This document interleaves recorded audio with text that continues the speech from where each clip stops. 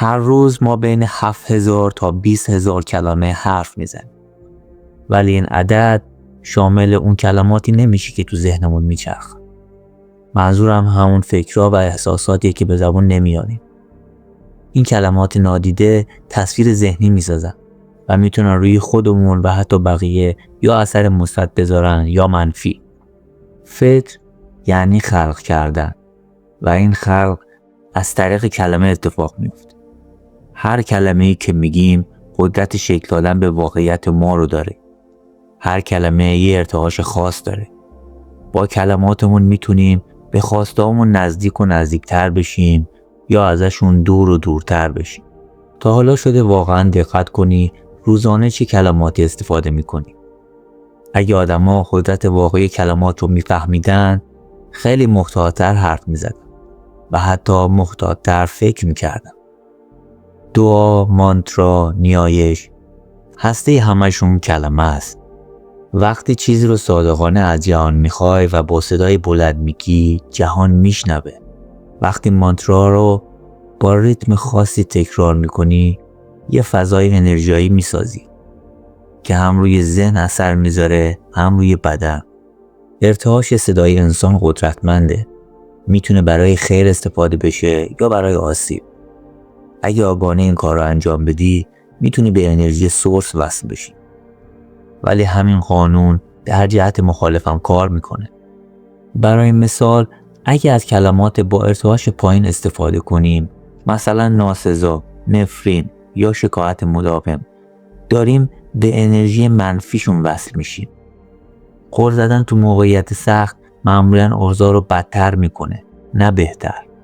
وقتی یکی ازت میپرسه خوبی، جوابت خیلی چیزا رو لو میده. اگه بگی نه خوب نیستم، دنیای اطراف این پیام رو میگیره و همون واقعیت رو تقویت میکنه. ولی اگه بگی دارم خوب میشم یا دارم خوب پیش میرم، حتی وسط سختیات دنیای اطرافت هم شروع میکنه به کمک کردن. خوشبینی که با کلمه بیان میشه یه ابزار شگفت انگیزه. میتونه حتی سخت ترین شرایط رو تغییر بده. کلماتی که انتخاب میکنیم در واقع نمادهای جادویی هستند برای مادی کردن نیتها. کلمات فقط ابزار ارتباط نیستن. هر جمله یه پل بین دنیای مادی و غیر مادیه، بین حال و آینده. از طریق کلمات میتونیم با سورس ارتباط برقرار کنیم. تو همه سنت‌های معنوی گفته میشه کلمه تجلی امر الهیه. برای مثال توی دین زرتشت گفتار نیک پندار نیک. توی مسیحیت در آغاز کلمه بود و در بودیسم هم گفتار درست و فکر درست. اینا همه بخشی از مسیر بیداریه. لحظه به لحظه ما داریم خلق میکنیم. این کار یه کار مداومه.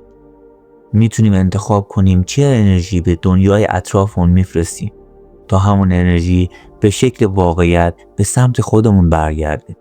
جادو و طلسم چیزی نیست جز استفاده آگاهانه از قدرت کلمات. ترکیب کلمات با عناصر طبیعت و نیت مشخص میتونه مسیر اتفاقات رو تغییر بده. اینکه کلمات چطوری گفته میشن، با چه ریتمی و با چه نیتی، فضایی میسازه که میتونه واقعیت رو تحت تاثیر قرار بده. وقتی در زمان حال حرف میزنیم، واقعیت همون لحظه شروع به تغییر میکنه. مثلا وقتی میگیم من هستم و بعد چیزی رو که میخوایم ادا میکنیم، حتی اگه الان غیر ممکن به نظر برسه.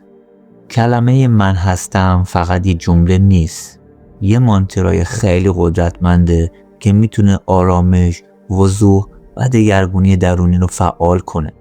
با تکرار آگاهانه این جمله کم کم از محدودیت‌های ذهنی رد میشی و با سطح بالاتری از آگاهی هم راستا میشی. زبان فقط برای حرف زدن نیست، یک کلیده برای باز کردن درهای عمیق‌ترین لایه‌های آگاهی. با انتخاب کلمات همراستا با ارزشامون ذهنمون رو کوک میکنیم روی فرکانس خود واقعیمون. تکرار کلماتی با ارتعاش بالا، مثلا آرامش یا عشق، کمکمون میکنه به هسته درونمون وصل بشیم. نوشتن هم همینطوره. نوشتن یعنی دیدن خودمون. قدرت کلمات نامحدود نیستن. نه چون اثر ندارن، بلکه چون بعضی چیزها فراتر از تصور و همه چیزو نمیشه گفت. بعضی حقیقتها فقط حس میشه. کلمات میتونن مبهم باشن. برای یه نفر یه معنا دارن، برای یکی دیگه معنای کاملا متفاوت. پس شفافیت مهمه. هم تو ارتباط با بقیه، هم تو درخواست از جهان. زبان رو آگاهانه باید تمرین کنیم. نه فقط برای بیرون، بلکه برای درونمون. کلماتمون همزمان دنیای درون و بیرونمون رو با هم شکل میدن. ارتباط آگاهانه فقط حرف زدن نیست. گوش دادن فعاله. دیدن حس احساس پشت کلمات. حضور کامل. آگاهانه حرف زدن یعنی صادق بودن. نه کلیشه‌ای، نه ادا، نه حرف تو خالی. فقط حقیقت خودمون. و نکته آخر، کلمات فقط صدا نیستن، انرژی هن، ارتعاشن و هر بار که حرف میزنیم داریم چیزی رو به جهان اعلام میکنیم. اگه این ویدیو واسط معنی داشت تو کامنت ها حتما برام بنویس و ویدیوهای بعدی رو حتما دنبال کن.